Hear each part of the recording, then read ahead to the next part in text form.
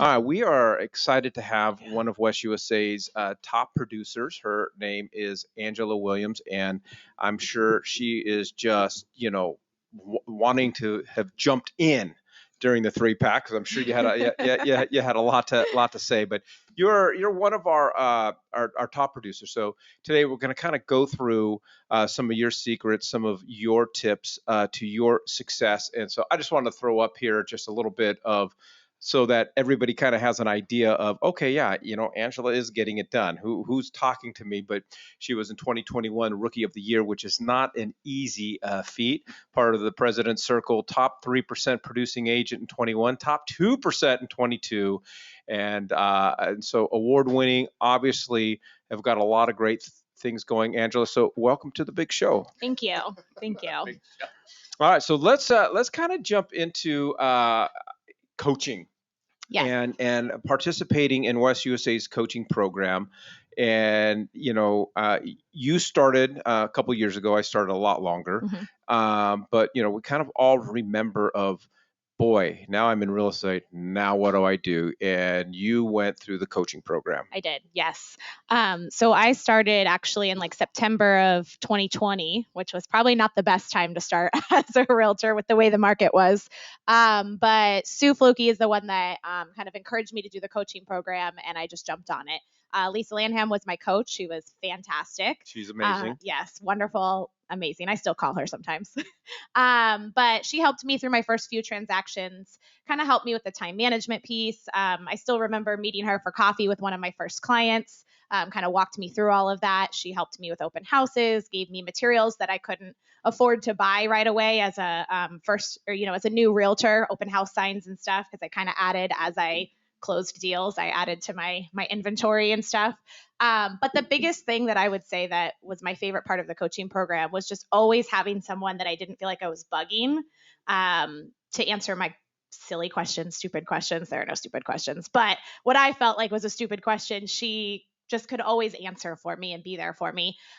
So she helped me with my first few transactions, but honestly, even after that, we're still friends, and I still call her, I still text her, and it's just wonderful. I highly, highly recommend the coaching program. I think it's a misnomer. I think we've been lied to all of our lives when they say there's no such thing as a stupid question. I have two teenage boys, and I can assure you, I hear stupid questions all the time, but ask them anyways.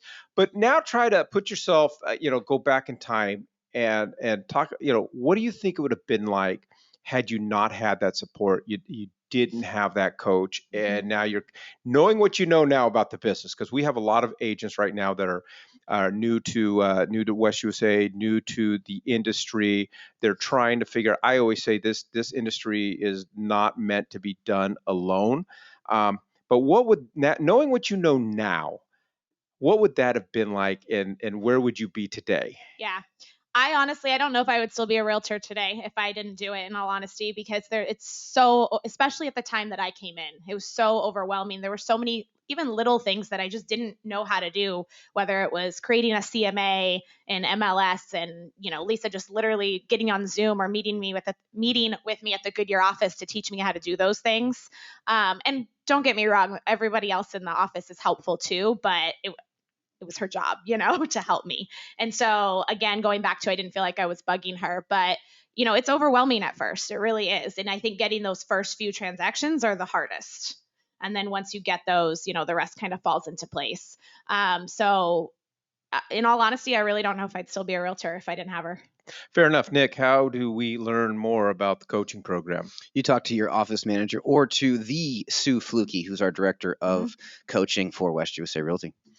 All righty. So transaction coordinator, one of your tips. I love this because I am, time is money.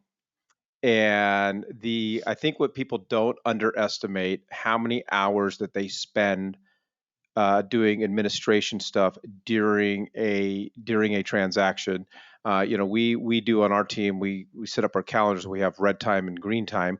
You obviously have activities that are not money making activities that have to get done, but you have got to replace as much red time with green time as you can, because green time in our calendar are those money making activities such as prospecting, going to networking events, and so forth.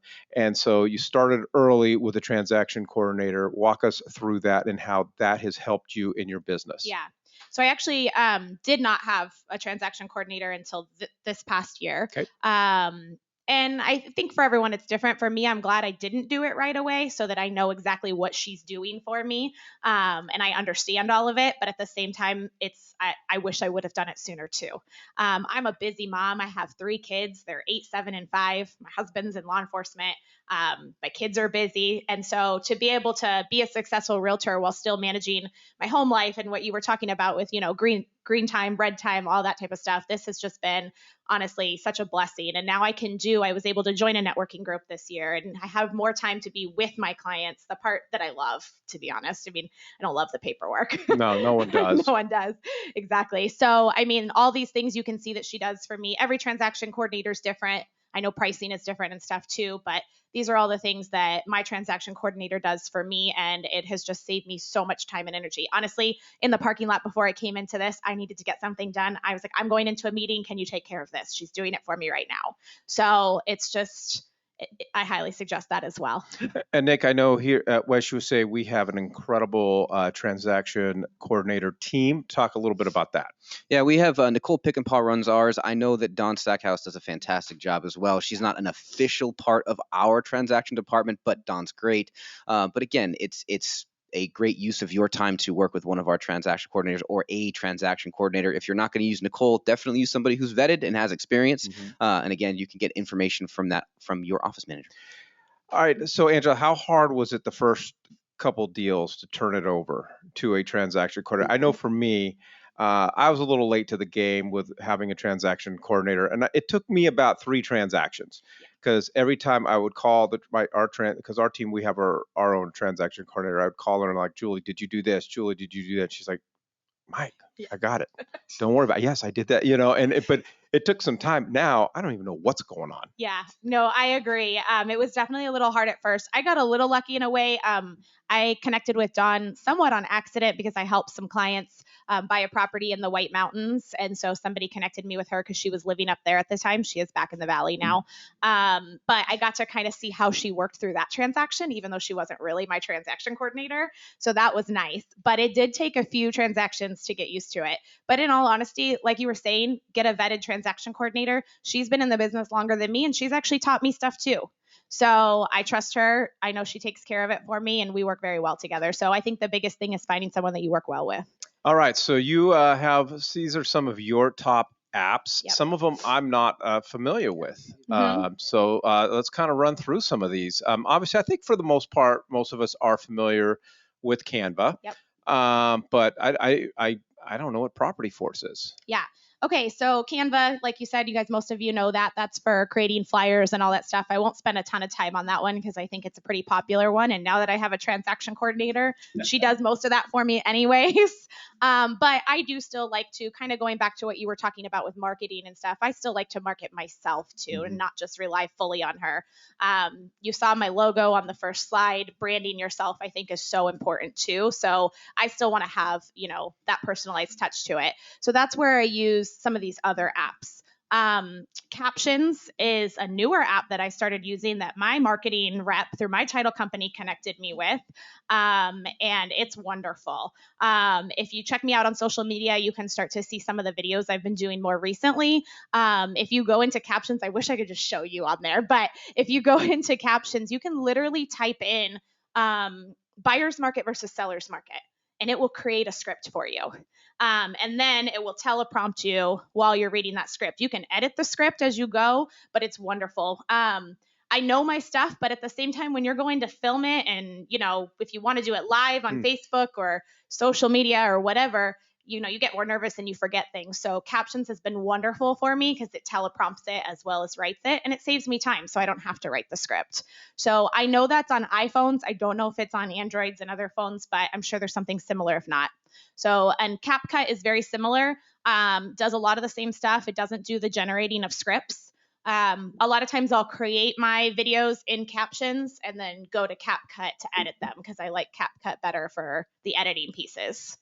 Carl's mortgage calculator is just a mortgage calculator, but it's the one that I've found to be the closest to accuracy, I guess you would say. It's not going to be 100%, but I use it mostly when I'm literally out showing houses with my clients and they're like, maybe a lot of times there's a house 2 or 3 doors down that we didn't even plan to look at, but then they're like, well, what would it look like on that price house? And I'll just pull it up really quickly if I can't get a hold of my lender. But just little things like that. So if it's not that one, find a mortgage calculator to have easily accessible for you with your clients.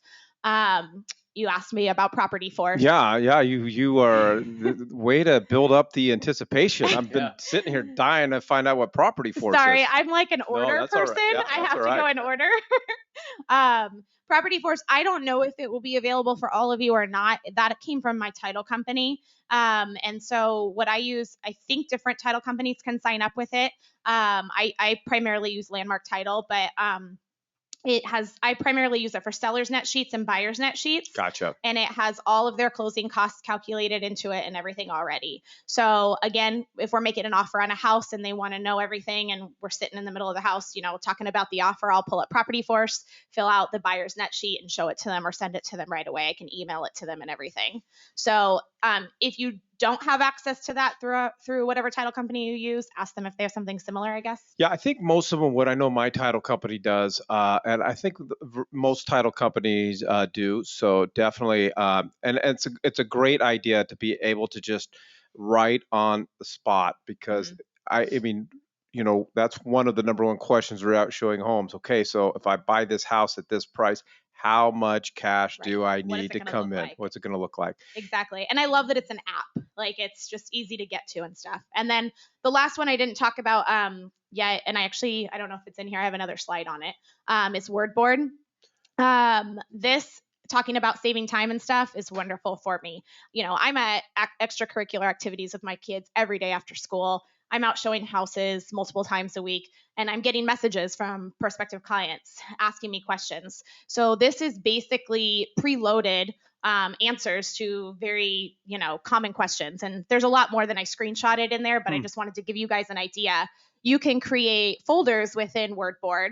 Home Partners is a rent to own program. I was using it a lot more about a year ago. I don't use it as much now, but in that folder, I've got, all the pre-screening questions. If somebody asks me, how do I qualify for rent to own? I just literally click that.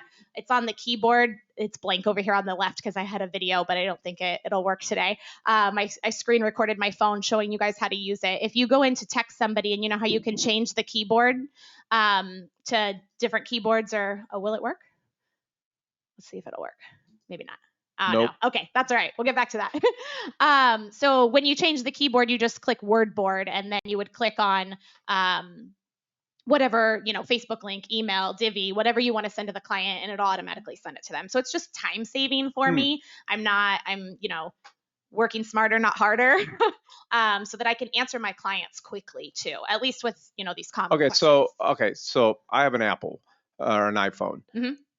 So when I open up to send a text to somebody, does Whiteboard, is that an option? Yeah, so the part where you can change your keyboard on the bottom where you hold it down, you just press that button and then WordBoard will be an option. You click WordBoard and then you just literally click whatever you want to send them. And so it saves me so much time. I'm constantly adding things to it too as I start to, And I'm constantly sending the same text every day to my friends. Hey, cocktails at 4. Right? You can add that too. I can add that too.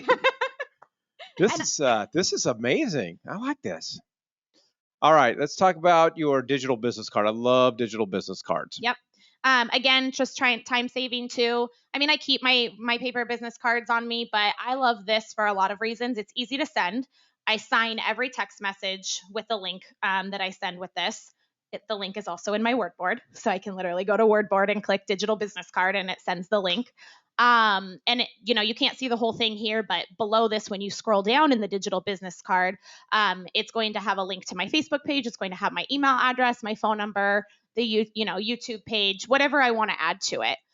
You should be able to scan that QR code to see a copy of my digital business card, which would then prompt you to be able to download your own through Hi Hello, which is a free app. Oh, so that was going to be my next question. So this is free. Absolutely. Yep. Yeah, and I love it too because I do a few other things on the side. And so I have my business card for that as well in there, and it just pops up on the same screen, and you can click which one you want to send. And also I'm out, talking to people, and they ask for my business card. Even if I have my paper one on me, a lot of times I'll be like, I don't have it on me, but can I get your phone number? I'll text you my digital one. That's what I like. That's what I exactly what I do. I don't. I was God. I was somewhere the other day, and I actually. Oh yeah, I was going through a gated community, and they Oh, were yeah. in They want 'em. Greyhawk, and they're like, "You got to have a business card." I'm like, "I don't have one. I don't carry business cards, so now I got to always have one Yeah. on me for that just in case moment." All right, so digital. All right, so I'm doing that today.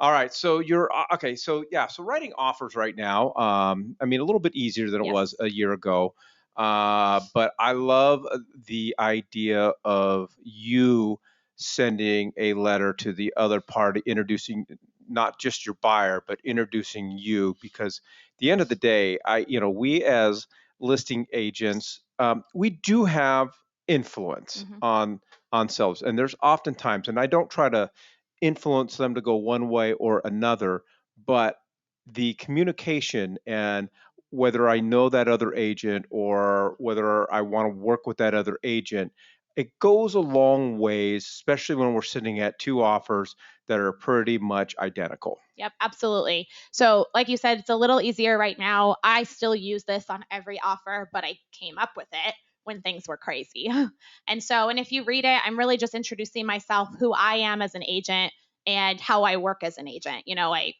I will respond before 7:30 a.m. or after 7:30 p.m. most times, but at least by putting that out there, they know that I'm going to get back to them ASAP within those hours. And if for whatever reason I don't, they know I'm going to get back to them by 7:30 the next morning. So they know kind of how I work and stuff.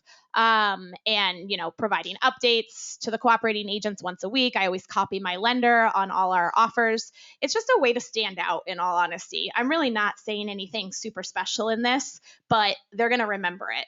And again, it's like you said, like when you're comparing two similar offers, and maybe, one agent didn't even, sometimes I get offers and they copy me from DocuSign, and that drives me nuts. Like they don't give an introduction from the agent, or don't text to follow up. You just want to be that agent that stands out, to help your buyers get their offer accepted. So is this part of, I mean, are you sending your offers through Transaction Desk, or are you downloading them and then sending Downloading the it and sending an email with an introduction, So is this summarizing. part of the PDF itself, part of the offer Yep. itself? Yep.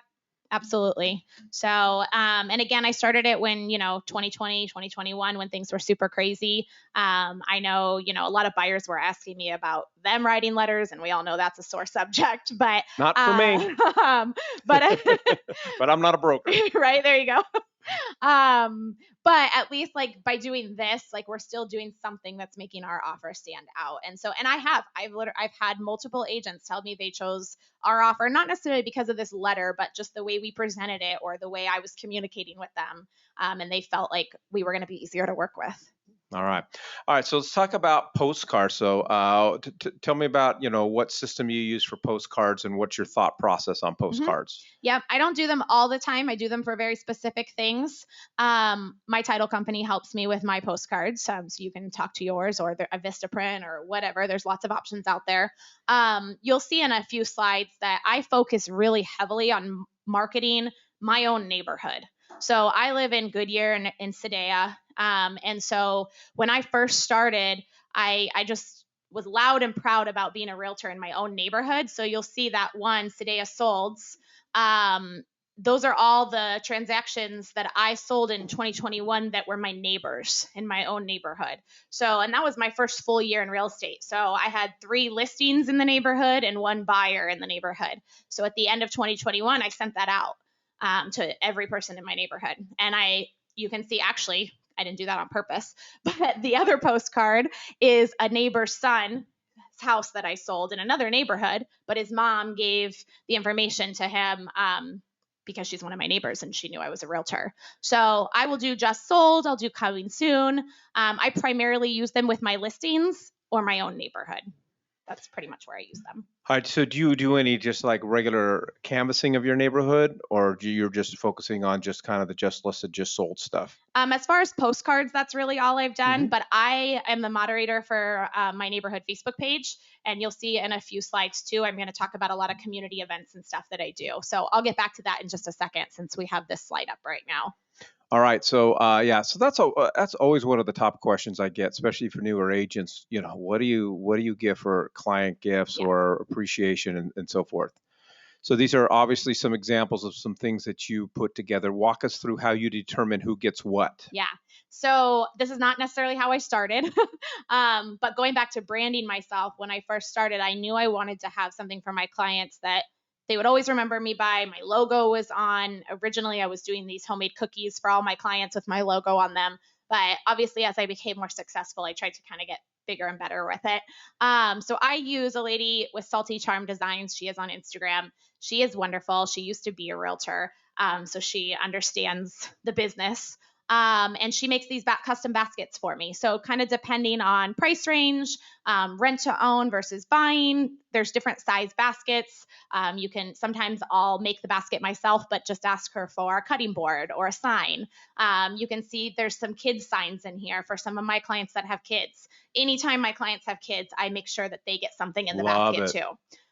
So that's what those, name signs and stuff are. And then I try to customize them to the client. The bottom middle one, you can't see it very well, but it says the chick in, no vacancy. That client was the thing she was so excited about the house she was buying was that she was going to have a chicken coop.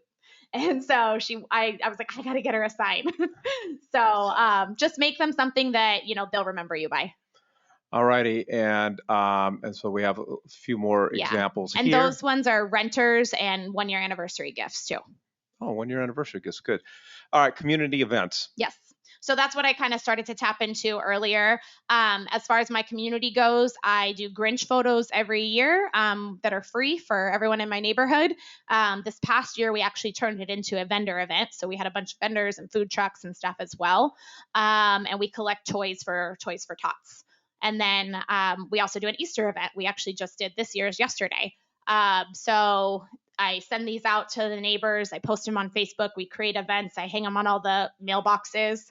We probably had 200 people out yesterday in my neighborhood park for Easter Bunny photos. So that's a big way that I'm just giving back and doing something for my community, but making sure they know who I am. How are you processing when people show up? How are you determining who's there, collecting information? Walk me through the follow-up. Follow up with the people People who that show up. yeah. To be honest with you, I make it more about just the community event itself. I don't really make it too much about marketing, but I do like every time you can see me holding that basket there with the Easter bunny. The kids all get one of those when they take a picture. It's got my business card in it and everything, and I hand them out. And then it just natural conversations come up from it. I mean, I probably talked with at least 5 people yesterday about my real estate business. All right. So coffee with I love this. So getting in the schools. Yes. My neighborhood school here. And so, yes, my school does coffee with the principal once a month, and they're always looking for people to sponsor it. So that's exactly what I did. They introduce you and thank you in the beginning as well. So you get an opportunity to speak for a few minutes. Literally just donated donuts and coffee to the neighborhood school for this event. But again, just giving back and getting my name out there. All right, we're before we talk about Goal Tracker, I didn't see a slide, and maybe I deleted it, but you did talk about your neighborhood Facebook group. I'm a huge fan of it, and for some agents, they go, oh well, there's already a Facebook group, in here. It doesn't matter. You don't need everybody in it. You Exactly. need some people in it, and you got to have a strategy for it. Exactly. So yeah, so our neighborhood Facebook group is used for a ton of things, but I put in my weekly weekenders that I get from I do get that one from my title company. That's probably the main thing I get from my title company that I do use religiously. The rest I create myself for the most part. But yeah, I put that in there. Just always like helping them out with referrals that aren't even related to me. Just being somebody that's helping and someone that they remember and they can rely on. But yeah, it's just I think when you create that group, it's just about, I keep saying it over and over. You want people to know who you are. And so, yeah, Facebook groups are wonderful. All right, and yeah, we probably need to do another 3-pack or another lesson on that. All right, so goal tracker. Going back to our 3-pack, we talked about being real estate entrepreneurs. We talked about being the CEO of our own companies. I know no one. I mean, no one that's ever started a business that didn't understand the numbers, didn't understand the budget, and didn't have goals set in mind. And I don't know why it is on our end. A lot of agents either they flat out they don't have any specific goals in mind, Yep. and if they do, they're not tracking them, Mhm. or they just throw out a number. Yeah. Okay, so how many transactions you want to close this year? This is your first year in real estate. I want to do 108. Okay, okay. I do too. Right. Walk me through it. But I love the fact not only have you set your goals, but you're tracking them. Yes. I'm a very visual person. And this is actually pinned on my bulletin board right in front of my desk. And I physically highlight it as I go because there's something about, coloring in that house and Mhm. raising up the goal tracker on the right. It just keeps me on track too. And I try to set my, quarter 1, quarter 2, quarter 3, and so on goals as well. And my goals are based on previous years. What did I do last year? What do I want to do this year? This was not my goal my first year, I promise you. But it is my goal now. So I have these files. I can share them if anybody needs them. But it's just for me, when I sit at my desk every day and it's staring at me, it just motivates me. How much time are you taking a look? Like for me, I don't have anything as cute and pretty as this, other than Nick over here. Is we have our goals, Yeah. and I'm constantly looking at them. When I say constantly, probably monthly, and assessing where I'm at. And if I'm not on pace of going, okay, what am I doing? What am I Mhm. not doing?